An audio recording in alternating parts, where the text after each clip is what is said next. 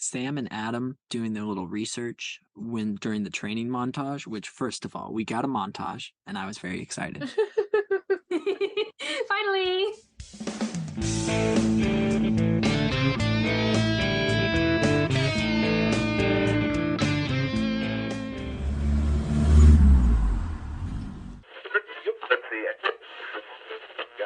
Hello, and welcome to Saving People Queering Things, the supernatural podcast where we are glad we weren't John Winchester's kids. Today, we're pulling up to season 4 with episode 19, Jump the Shark. I'm Noah. My pronouns are he, him. I'm Elayna. My pronouns are she, they. And I am August, and my pronouns are they, them. If you've been listening to us for a while, you may notice that is a name change for me that's happened recently and something that I'm really excited about. And so, yeah, wanted to tell you all here on the podcast about it. If you follow us on social media or have read our episode notes in the last few weeks, you will have also seen this announcement already, but this is the first episode where it is official in the audio. Yay! Yeah. Love it. Love it. Love this journey for you. Thank you. This is also the first time, this episode coming out in February, but this is the first time we've recorded since the holidays and being off for several weeks, so. This is our first 2023 recording. It is. I missed your faces. We're gonna have a fun time. So let's go right into it. Now that you have met all of us officially. We've been talking. I'm sorry. We've been talking for an hour. How are we still this awkward? And okay. I'm sorry. Every single time. As soon as we hit that record button, it's like, okay. It's like, how do we person with each other?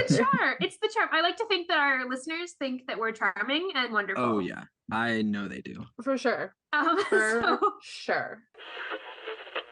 Now we are actually going to move on. Now that you have met all of us, it is time to catch you up. If you haven't watched Supernatural recently, here is what you've missed on the road so far. First of all, Elayna is going to recap this season and where we are now. And it's going to be chaos, friends, so I hope y'all are ready. I don't know if I can fit this into 30 seconds, but we're going to try. Speed talk. You got speed this. talk. Okay. All right. You ready? When you are. Yep. 3, 2, 1, go. Okay, so Dean comes back from hell because of a gay angel and then has a religious crisis, and then he goes back in time, and then he deals with monster moral struggles, and then Dean gets ghost sick, and then he ends up breaking seals, like raising Sam Hain because Lilith is like after Sam and is being like a total jerk, and then they deal with like this whole cursed wishes case, and then there's lots of like heaven versus hell shit with this angel named Anna, and then Dean gets gayer because his siren is a dude, and then Dean has to torture somebody and it sucks, and then they end up in a workplace AU and then find out their life is basically a fan fiction.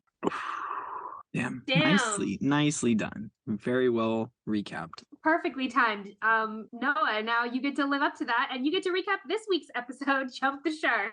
Much easier. Tell me when you're ready. I'm ready. Count me in. Okay. 3, 2, 1, go. Okay, Sam and Dean answer John's phone, and then they meet up with a mysterious guy claiming to be their brother, Adam. They track down details of a hunt John did in the 90s, 9 months before Adam, training Adam to become a hunter of his own in the meanwhile. But whoops, it turns out Adam's already dead. He and his mother are ghouls that are trying to drain Sam of his blood. Dean busts in, saves the day, as per usual, and then they bury Adam like a hunter in the end, giving him some respect. Nice. Put respect on his name. Yeah, for now. Adam Milligan. For now. Oh no. Tell me you know things from Tumblr without telling me you know things from Tumblr. That was a great recap. That was wonderful. Thank you. Fantastic. I tried.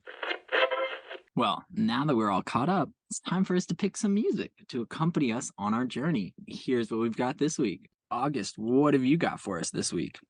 Okay, so this is a song that I have had saved for a while. I knew I was going to use it in an important episode, and that song is Family Line by Conan Gray. It's a song all about family trauma, so it seemed all too fitting. I also just think it's a really, really gorgeous song, so I do highly recommend that if you haven't heard it before, you definitely listen to it and let it make you sad about the Winchesters, because it's a very good one for that. Doesn't take much to get sad about the Winchesters. Not in this season particularly. It's a rough go. Elayna. Yeah, so my pick for this week is mostly based around the title, as a nod to our boy Adam, and it's Only the Good Die Young by Billy Joel, because way to hurt us. Sweet boy deserved so much better throughout his literal entire life, and to have it end that way just really sucked. And I also like there's a lyric towards the beginning where it's like, sooner or later it comes down to fate, I might as well be the one. And I like that because like our theme for next week is fate. And so that was kind of like a nice little bit of foreshadowing thematically. Nice. I thought that was kind of cool. Love that. But yeah, that's my pick. It's all about Adam this week. Love that. I went with The Opener by Kid Quill. It's a really fun little track. It leans into how being the opening act is a hard pill to swallow because nobody's really there to see you. You're just a side effect of somebody that they're really focused on. I feel like it leans into where Dean's coming at, knowing about Adam's existence, feeling like he's the opener, just holding place for John whenever he's away from Adam's loving family. See, when you said that, I flipped it in my brain and I was thinking about Adam as like the sort of leftover, but in a lot, your connection is way more heart-wrenching and also way more how Dean is feeling. Yeah. Oof, why must you hurt me in this way? I'm sorry. Oh, listen to that song. Good though. It's good. We'll be listening to that after this episode. I won't unless I want to cry. But thank you. Now that we have our mixtape playing, it is time for our Hunt of the Week, and today's episode is going to be Jump the Shark through the theme of nurturing, which just couldn't be a better theme for an episode like this one. Such a great theme for an episode that starts with a picture of John. Also, I'm pretty sure, I don't remember what episode it was, but it was pretty recently that Noah used the phrase jump the shark when we were talking about something. Do you remember what we were talking about? I can't actually remember, but I want to say it was something about future supernatural and how they definitely jumped the shark. And it was just a referral to the future, you know?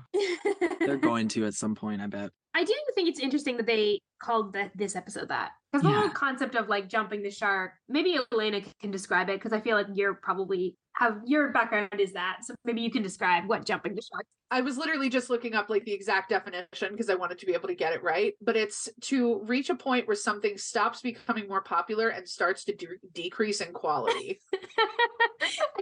Once something has lost its touch and is grasping at straws with the storylines. The way I've kind of understood it as well, in terms of like maybe more of a colloquial use, is that like to jump the shark usually means when something becomes so ridiculous or so like outside of its earlier premise that it starts to just be like totally unbelievable. Not necessarily, and I think that's maybe more what they were kind of trying to refer to, is that like you didn't think one episode ago we met a prophet who literally has been seeing the Winchesters' whole lives, and now we're meeting a brother they never knew they had. Like we're just going further and further into like this is not the show that this was in season 1 where they were just like hunting random ghosts. Well, I remember when I very first watched this, I was like Dean at the whole beginning of the episode. I was like, there ain't no way, bro. Ain't no way there's another Winchester. I was just in abject denial because I was like, I didn't think that it was, I was like, no, they wouldn't go there. They wouldn't have there be another Winchester, would they? Such a bold move to have this established really duo of brothers, and then now here's another one. Oops. And he's so much younger too. Like he's like 10 years younger than them. Like he's like more than that. Dean's born in 79 and this kid's born in 92. Like they're no, he was in 90, wasn't he? 90, yeah. Oh, okay, yeah. I think they say the dates in the episode. Which means that I'm the same age as Adam Milligan. Okay. Which is fun. Yeah, Adam's like 20 in this episode. Adam is baby. Adam is younger than Sam was in season 1, which is just tragic. But Noah, I want to hear what you thought of this episode in general. Like, how much did you know going in and what did you think? Okay, so I knew there was an Adam Winchester or Milligan. However, the Milligan did throw me because I was pretty sure it was an Adam Winchester. So we'll see about how potential Adams show up later in the future. But at this point, it did get me once he showed up in that coffin at the end. But at the beginning, when Dean was like, "Oh, there's no way," I was like, "Sorry, bud. I'm pretty sure wrong. He is. I'm sorry, but oops." And then he turned out to be a ghoul, and I was like, "Oh, well, hold up now. I didn't see that part coming, honestly. That part threw me." Okay. Well, I think that this is a nicer one of they're like, because this show's really good at like fake outs of what the monster is. It's like, oh, we think it's this, but turns out it's this. And I think this is a good one because like Sam even acknowledges like, I didn't think it could possibly be a ghoul because you went after someone alive. And that's not like the typical MO of a ghoul. And the fake out isn't that it's their brother, which I think like that's the fake out you expect, and that's the fake out Dean expects. Dean is expecting thinking someone is pretending to be our brother, and that's the trick. But the trick is actually that their brother is just already dead. Yeah. And has been the whole time, and that there's someone impersonating him. But it's not like it's a good. I don't think when I first saw this episode, I saw it coming. Yeah. I definitely didn't. I was shook. I liked the reveal at the end. It was good. It was solid. Mm-hmm. It was a nice little twist. So we're talking about nurturing, and we chose this theme because obviously this is an episode that deals quite a bit with John Winchester, which we get those like less now because he's been dead for so long. But this is one where we're going to obviously talk about him a whole bunch. So Adam hasn't heard from John for 2 years. So that would put it, basically, he would have last heard from John. I mean, he's also potentially just straight up lying because it is a ghoul. It is the ghoul, which does put a bit of a, like, in retrospect on anything Adam says. Of like how much of it is real, and how much of it is him saying what he thinks. Like, how much do we actually know of the real Adam based on this episode is actually like not a lot. Yeah, okay, I like that. But I don't know, it brags about having his memories. Yeah. I mean, so saying he hadn't heard from John for 2 years, that's roughly around when John's been dead about 2 years. So if he's telling the truth, that means John had kept up with him. Also, potentially that John had kept up with him at the same time that he was dodging Sam and Dean's calls and not answering them and not calling them back. So I just want to draw attention to that particularly shitty behavior. So that was really 5 years of his. Because say if Adam's 19 or 20, John's been dead for 2 years, and he met when he was 12, then 5.5 years, say, of John time, him catching up. And those are the 5 years that Sam and his relationship deteriorated into Sam running away. That was that includes the Stanford years when we know Gene was hunting on his own and Sam was no contact with John. Mm-hmm. And I don't appreciate the feelings that are being elicited from this entire episode. Yeah. So I mean, obviously also Adam is bringing his own, he was 12. And so he says when John heard he had a son, he dropped everything. He drove all night. Basically as soon as John knew about him, he immediately showed up, which is contrary to everything we know about John Winchester. Yeah. I'm not convinced that John didn't know until Adam was 12. I would think that he would have known before then. That was just when it became convenient for him to connect. Well, and when he couldn't ignore it anymore, because then Adam knew about him. Because as long as Kate, Adam's mom, is not telling her son about John, then I can see John being like, well, he's safer if he doesn't know. Yeah.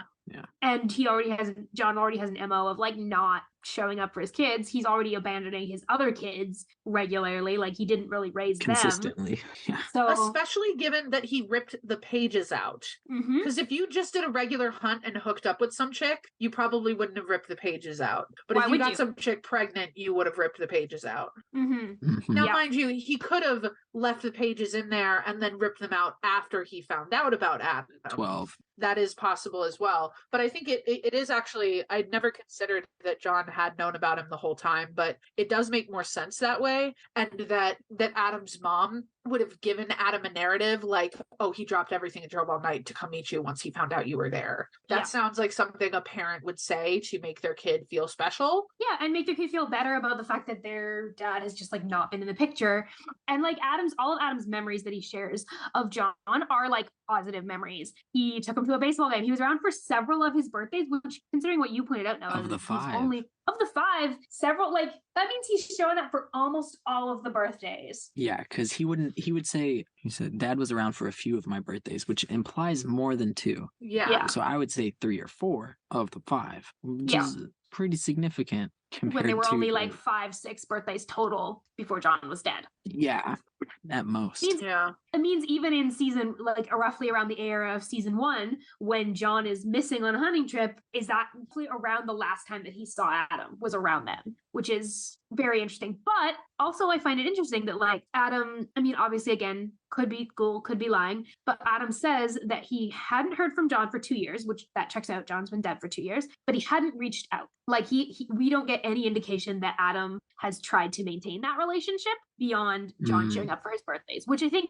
speaks to the fact that he doesn't have a negative relationship with John, but John is pretty much just there to take him to a baseball game, teach him poker, take him driving. Doesn't really know where he is until he shows up and is ready to hang out. Yeah. But it's, every 2 or 3 months, and then one time it was 8 months, and then it was forever because now he's dead. Oops. Yeah. And I think it's interesting, like, that Adam asks, when Adam wants to find out more, he asks Dean, who up to that point, like, has been just incredibly resistant and kind of an asshole for, like, some understandable reasons, and then some just, like, not, some just, like, being an asshole reasons. Yeah. But he said, like, you know, it's interesting that Adam still goes to Dean and asks, like, Sam, I'm sure if he asked Sam about John, like, Sam would have actually just given him some answers. Whereas, like, he chooses to ask Dean because I think he maybe senses that, like, Dean knows things about John in a particular, like, Dean's not going to sugarcoat it for him. Dean had a different perspective, an unbiased perspective. Yeah, and Dean also is having such a strong reaction to Adam's existence, and he's also the one that is like, he took you to a friggin' baseball game and then doesn't answer the what did dad do with you on your birthday question. I think that like, given this conversation, I hadn't really thought about this, like, while watching, but now, like, that we're talking, I think that's more of the ghoul just being a dick. Like, seeing that Dean is clearly more riled and is like, oh, you know what? He's the one that I'm going to ask the questions of because he's the one whose buttons I want to push. He's the one that I want to get out of the way because Sam is open and receptive to what I'm saying. And so he's the one that I can potentially get alone to drain and mess with. That's an interesting interpretation. That would make a lot of sense. He does say, I think it's interesting because obviously, like, Dean is just going to be actually honest because he's not a ghoul, you know, and Dean says, you knew him, like, when Adam asks, and then Adam says, not as well as you. And then Dean says, trust me, kid, you don't want to know. Which, yeah, says a lot. Yeah. I want us to talk about both Sam and Adam's relationship and Dean and Adam's relationship, and then also Sam and Dean's relationship. I don't know if there's a particular one of those you want to start with and you want to start with. Sam and Adam doing their little research during the training montage, which, first of all, we got a montage and I was very excited. It was Finally beautiful. It was so wholesome, but I really liked showing how interested he was in learning with Sam, you know, learning the facts of the creatures and some of the tactics that hunters use. And it was really interesting for him to be working on that with Sam, seeing how Sam, and he even called Sam out for it, appreciating it, his effort and his dedication. It was good. And it's so sweet seeing, like, Big Brother, like, Sam falling into this, like, Big Brother role. Like, Sam has never gotten to be that in his entire life. And you can tell that he has learned from, like, he has watched Dean do this with him. Like, you get this very strong sense that, like, Sam is teaching Adam in the same way that Dean taught him. It's so heartwarming and heartbreaking at the exact same time because you're like, oh, Sam, I didn't know that this was something you had wanted to experience. Needed. But like, and it just makes me, it does punch me in the heart a little bit and think about, like, because, you know, he's always talking about, you know, this normal apple pie life that, you know, he ended up losing because of Jess. And it just makes me realize, like, he would have totally been such a good dad. Sam? Oh, yeah. Yeah, would have just, and it's not until episodes like this that I think you really get to see that, like, that's something he probably really wanted. That's true. We've seen a lot of Dean interacting with kids. We actually honestly haven't seen much of Sam interacting with kids. And obviously Adam's not a kid, but, like, in the sense of, like, Adam's someone younger and familial. He's that younger brother sibling dynamic. Yeah. Though I think there's also something sinister in Sam's relationship with Adam, and I didn't notice it in any previous watches the same amount, but I really noticed it. I texted Elayna earlier when I was watching the episode and was like, so I have some John slander for this episode, like, par for the course, but I also have some Sam slander, surprisingly enough. Yeah, please give us the Sam slander, only because I'm really curious as to, like, what specifically you had issues with, because I had issues with him too this episode. Like, slander straight up. Like, I love Sam. Like, you all know that. I love Sam. I also think I get where he's coming from. Absolutely. I think both Sam and Dean in this episode, though, are both trying to right the wrongs of their particular childhoods. I think what Dean is trying to do is Dean is going, I never got to be a kid.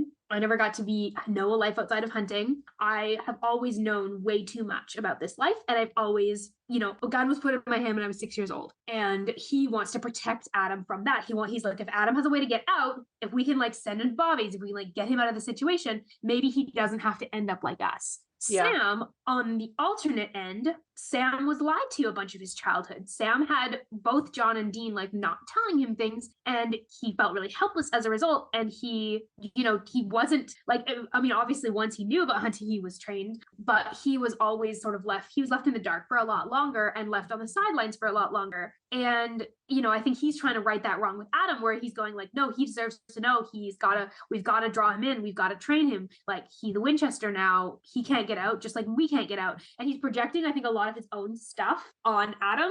But the things he's projecting on Adam are like going to get Adam. Like, if Adam wasn't a ghoul, the things he's projecting on Adam are basically being like, guess what? Sucks to be you, but because you're a Winchester, you are now going to have to be a hunter. Yeah. And he's not really giving Adam, he's very much like John, like, which Dean points out at the end of the episode. He's like, you are exactly like Dad. You were exactly like John. Yeah. You are doing the exact same thing, where he's going, there's no other option. So Adam, I've got to train him. When Sam asks Dean, he's like, are you jealous of the kid? And then Dean asks, are you? I don't think either of them are. I think they're trying to fix what they didn't get as children. Yeah. Yeah. Absolutely. Anyway, that's my little rant about that. But it's such a good reading. I just think that's why Sam and Dean butt heads in this episode, because they're both trying to do what they think is best for Adam, but what they think is best for Adam is based on what they experienced as children. And honestly, reflecting both John and Mary, Sam's reflecting John's experience and Dean's reflecting Mary's experience. Dean being Mary coded, what a new concept.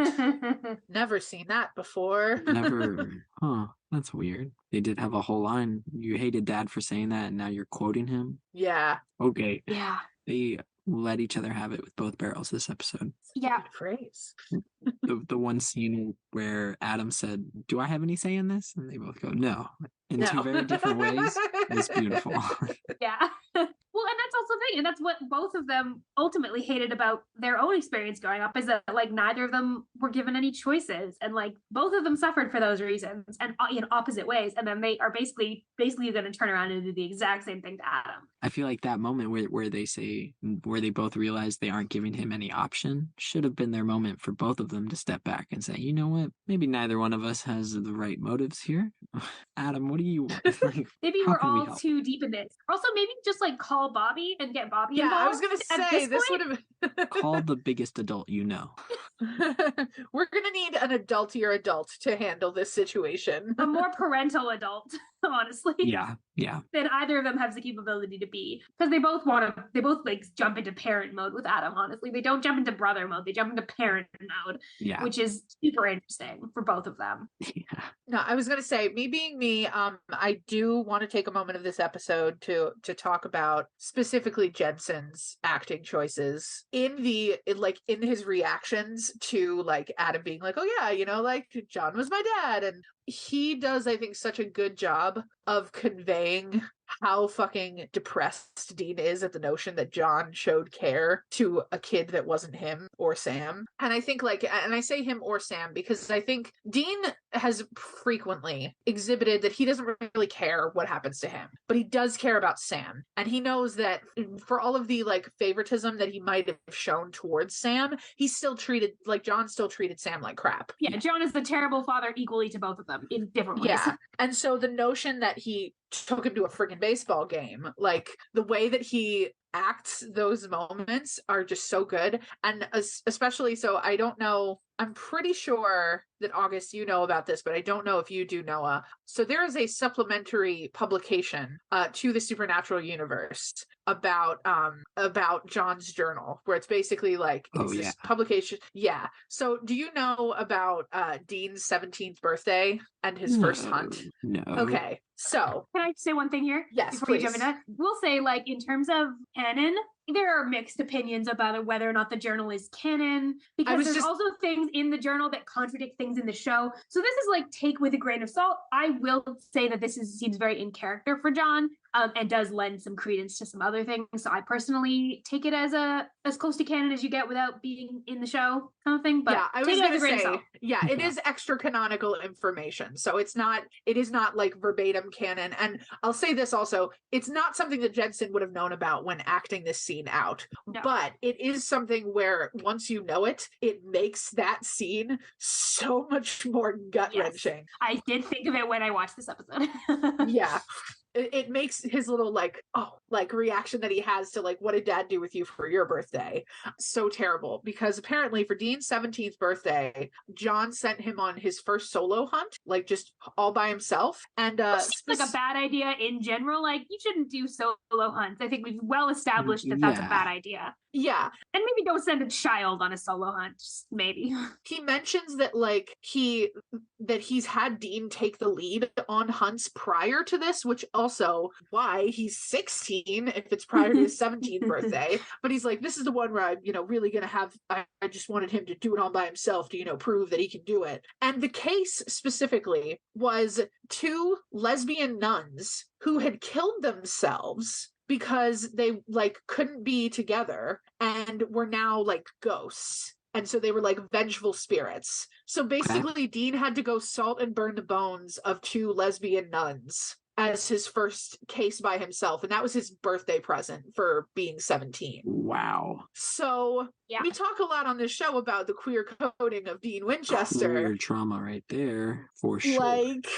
Yeah, whether intentional or not by John, like whether or not that incident went into with John knowing or suspecting about Dean's own sexuality or experiences, or not, it's still incredibly traumatic for Dean. Wow. Yeah. And so just, it is totally like extra canon info. So like I know that it's not necessarily something that everybody will be like, oh, let's take this as verbatim. But I know that for me, like knowing that piece of like extra canon, when I watched that scene, I felt like my heart got ripped out through my chest because it was just like, he's sitting here seeing this picture of his younger brother that he's never known getting taken to baseball games and getting his first beer when he was 15 and knowing that like this is the kind of thing he got from our dad who did stuff like this to me for my birthdays. Heartbreaking.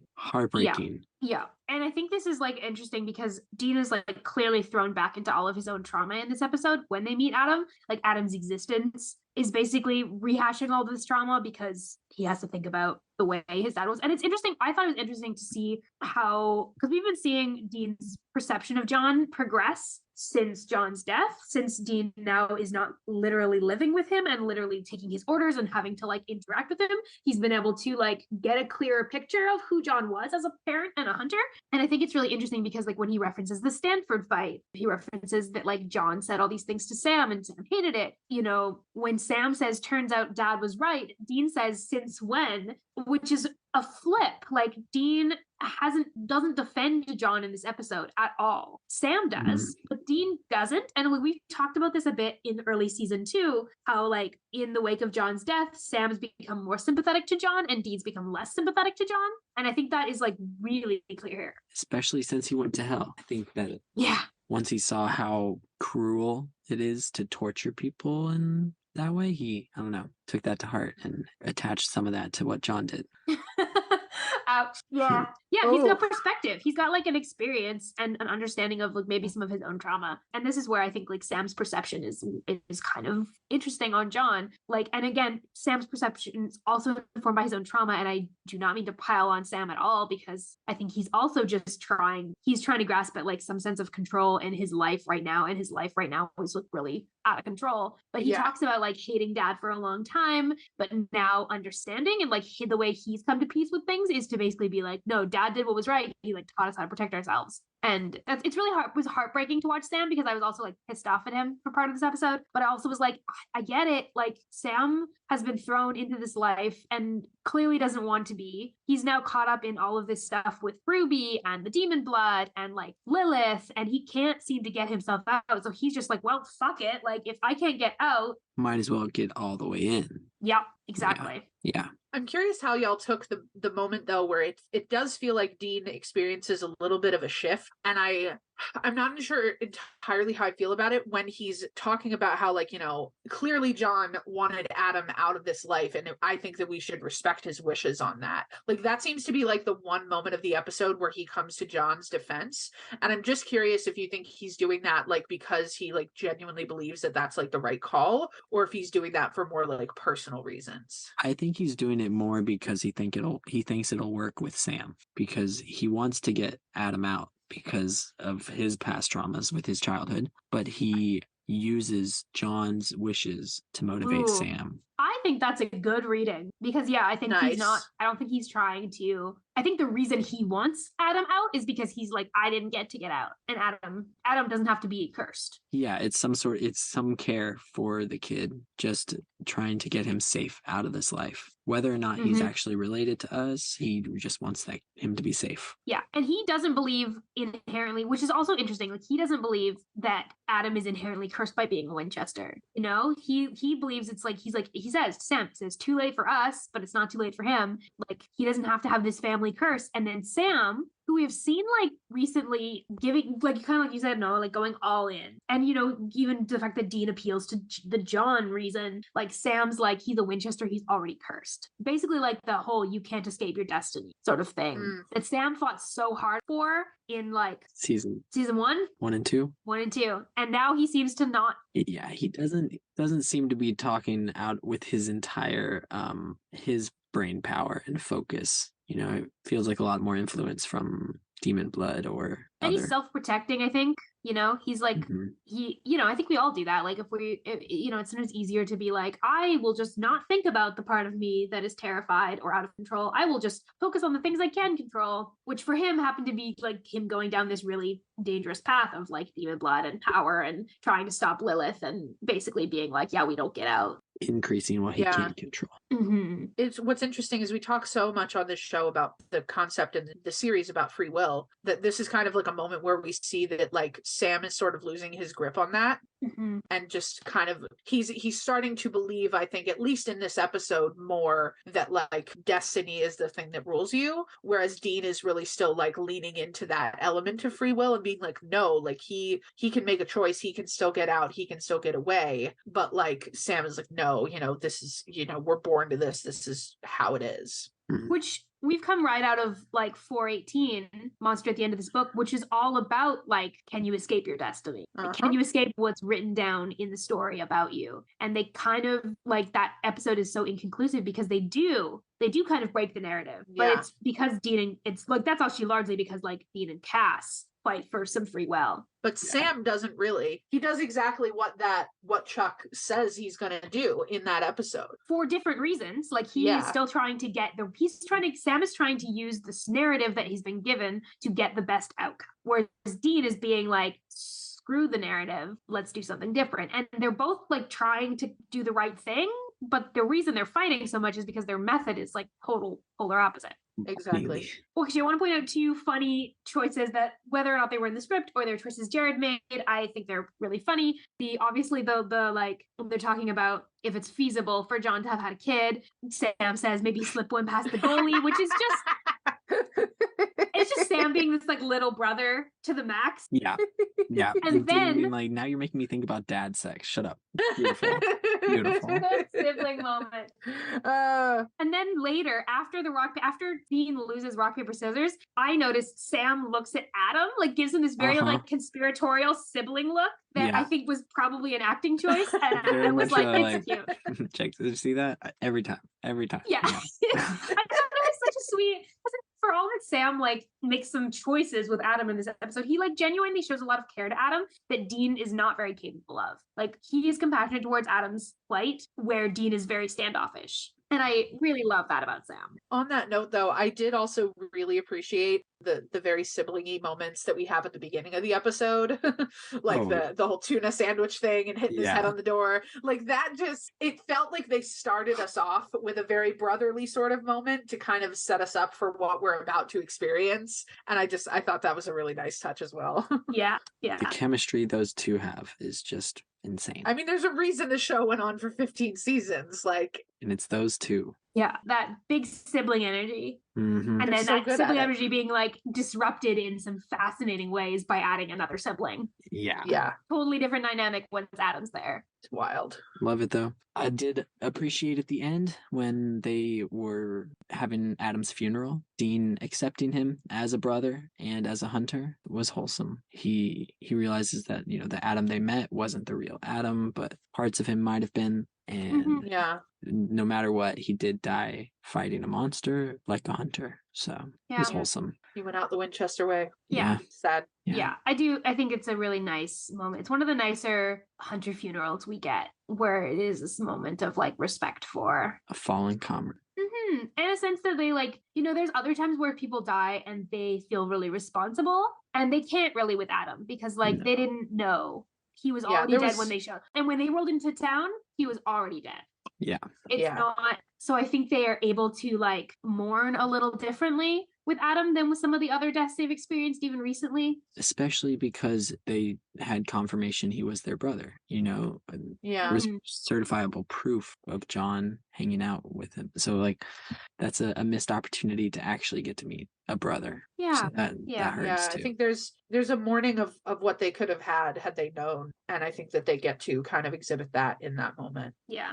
I also do think that the whole like we've got the whole like John had a secret kid he didn't know about paralleling with Lisa, and it just adds more fuel to my Ben is absolutely Dean's kid theory. Yes. Just that mirroring is too good to not be true. I will be a Dean as Ben's dad truther till the day that I leave this planet. Like, I don't give a crap what the canon says. It's so good. Well, it's not even what the canon says. It's what Lisa says one time. Yeah. Fair. One time. People when lie. They're both still children. And so like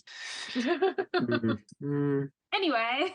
Anywho, that was 3 seasons ago. We're moving on. A season ago. Is that sorry, was it? She was season 2? Yeah, it's only season 3. Cassie season 1. Cassie season 1. There we go. Yeah.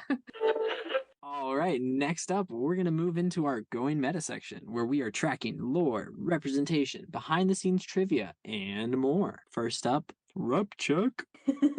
There's not a lot to say in this episode. Like, I mean, we could have done with like a female character or 2. Yeah, we got. But, I mean, that's par for the course. Like, that was it. She was mostly dead, and then she was a ghoul. We had two named women because do we have 2 named women? Wait, who's the second? Lisa was the wife, bartender lady of the Joe Barton guy who goes missing, but she only ever talks to Dean. So, oops. Yeah, but there's not much else to say. We've talked about all the sibling dynamics. We talked about. Got a lot of sibling dynamics, but it was mostly just brothers. Yeah, and it was nice. It was good stuff. Yeah. So get this. I liked the line about Godzilla's a movie. Godzilla's just a movie. Yes. That one's not real. I do want to see a Godzilla type monster at some point though, just so Dean can be like, fuck. Well, wait and see. This was a tiny piece of lore, but I did think it was like worth noting. The fact that the ghoul notes that Sam's blood tastes different than a normal human's, I thought that was kind of cool. Like, she doesn't know why, but she knows that it does, and I thought that was interesting. And it's like the only reference to the larger plot. Like, this episode does not touch the larger plot of the season except for in that like one line, which is interesting. Yeah. It's a very one-off sort of episode for being so important in terms of like introducing a character that is, John Winchester's son. Yeah. Ooh. And introduction of ghouls. Oh yeah, ghouls. Yeah. But also, okay, we had ghouls that were changing their patterns, changing their MO. So that's true. kind of interesting. A monster having the sentience to break out of its known patterns so they wouldn't get caught. It's pretty badass. I like that. A sign of the monsters evolving with the times. As the hunters are getting better, the monsters got to get better too. Sometimes shows have problems scaling the level of their adversaries. Power escalations. Yeah, this is a cool way to do it. I like. And feels very natural. When they explain it, they go, well, we are trying to like, or is it supernatural? Oh. I heard that chuckle. I heard it. But yeah, like I think it's good. I loved it whenever Dean shows up to save Sam's ass. And Sam, as soon as he realizes Dean is there, tells him like, hey, they're ghouls. So Dean knows like what he has to do to get, okay, that means headshot. Got you. No problem. Yeah. Oh, I do love that exchange. It's a wholesome little teamwork. I dig it. Yeah. Their like communication in hunting is really good and has really become really good at this point in the show. It's impressive. I like them. Well, last thing is that we have a location thing that I thought was cool. So the cafe that they go to with Adam. The cafe where they meet Adam is actually a cafe, like actually one of my favorite cafes locally to where I grew up. It's this little cafe called Hilltop Cafe. It's like right on this little highway. I used to go there all the time. They have again, this is just so funny that I'm not kidding at all. They have incredible pie. They do these like massive burgers. They have like, it's very old style. It's a family run place. It's got a really fun aesthetic. They have super weird opening hours because it's a little family run place. It's super tiny. I've like waited outside in line for like a long ass time to go into this place.